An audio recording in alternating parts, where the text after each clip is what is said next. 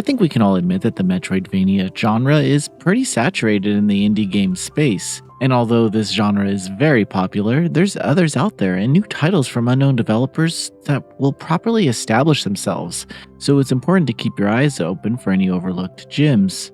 Although I try to look for new titles myself, sometimes an elevator pitch is what it grabs my attention. What if a game was different every time you played? Or in this case, what if Metroid was an atelier?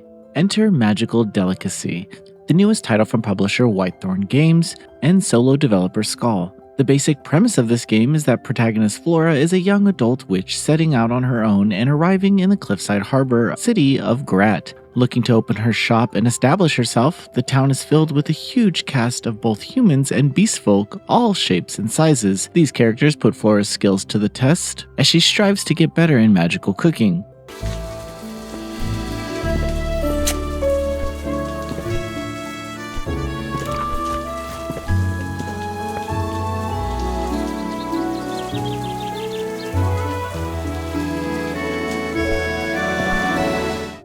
Magical Delicacy is effectively split into two parts: what happens inside Flora's shop and exploring the town to meet new folks and gather more ingredients. We'll start with exploration. At its core, Magical Delicacy is indeed a Metroidvania in the truest sense of the word, as Flora will need to platform her way all over town, helped by a map that you get shortly into the game, and make progress by meeting the townsfolk and bringing them their orders. As you progress through the game's story, you unlock additional movement capabilities that will allow you much more freedom in navigating the game's expansive world. Notably though, there's no combat to be found, with platforming failures generally punished by a minor setback to where you were before the ill-fated jump or fall. The double jump upgrade is a fairly standard one for this format, but I thought that the witch-flavored versions of the common exploration abilities were a nice touch towards making the game feel unique here.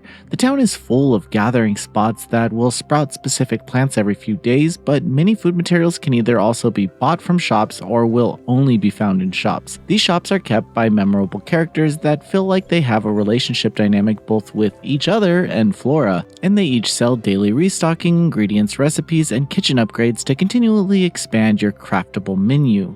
The game world is also notable in that it's gorgeous. Magical Delicacy utilizes a heavy detailed pixel art style that immediately makes it stand out from the majority of other similar titles because most of it takes place outside, and the rotating day-night cycles creates different vibes for the world. In the day, Grat feels like a cozy coastal town full of friendly folks, and at night, the candles are lit, and the witchy vibe the game cultivates really comes to life, in addition to there being several platforming sections and recipes that can only be found during the nighttime. Once you find the ingredients you need, it then comes time to hit the kitchen, where the game hones in on the cooking and economic aspects. You'll have to use various stations to cook either specific items for the townsfolk or food to be sold at your quickly unlocked walk-up window for extra funds. Similar to the Atelier series, your creations are given ratings that depend on the final flavor of the food, the rarity of the ingredients, and the complexity of the cooking process. Each station does something different and several are multifunctional. The oven can be used to bake, but it can also roast specific ingredients for you to use in another dish.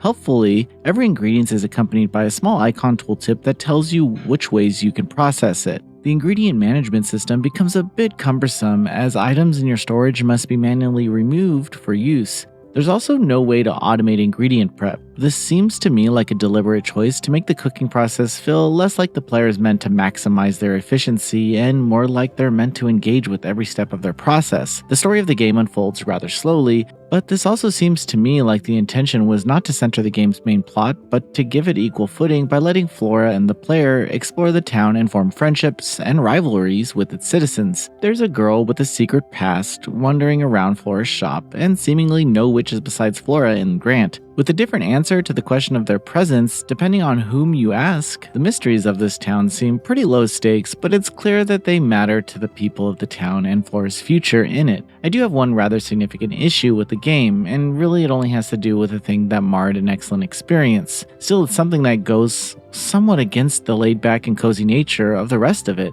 As with most Metroidvania titles, if one can't figure out where else they're able to explore and make progress, generally there's probably a big boss fight somewhere that can overcome by sheer effort. Without this aspect, progression is gated by several different gameplay systems, all of which only become more complicated over time. You'll frequently pick up orders without a clear, immediate way to fulfill them or even know if you have the ability to at the present time, and the massive number of ingredients can be daunting as your inventory and storage units fill up with still no clear path towards the quest list. Additionally, in the early game, there are moments where I simply had no idea what I was able to do next, causing me to do several full laps around the accessible map in the hope that I'd just be missing a double jump somewhere.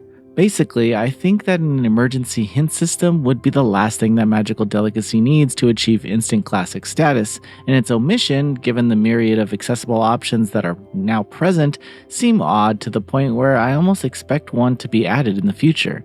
If I could, in terms of desperation, talk to specific NPCs or use an item that would point me towards the right zone or tell me I've gotten everything I need to fulfill one of the mini orders that have built up on my list, the complex ingredient system would feel less daunting, because I would likely know that I was figuring something out that I could achieve quickly and have a breakthrough. Magical Delicacy is a unique game that easily succeeds at carving out its own niche in a competitive battleground of indie titles. It's breathtakingly beautiful, and its Ghibli-esque cast and setting feel real, tangible, and plausible in ways that make you excited to bring each new friend or acquaintance exactly the dish they've been craving. I'm hoping that it gets patched with a hint system, but even without one, the game is stuffed to the brim with charm and is fully lived up to its name, magical. Noisy Pixel is giving Magical Delicacy an 8.5 out of 10. Thanks for watching. This video is brought to you by our supporters on Patreon. Noisy Pixel is run by a group of gamers providing independent gaming coverage through news, reviews, previews, and more. Check out our Patreon to help support our continued growth, and subscribe to keep up with all our future content.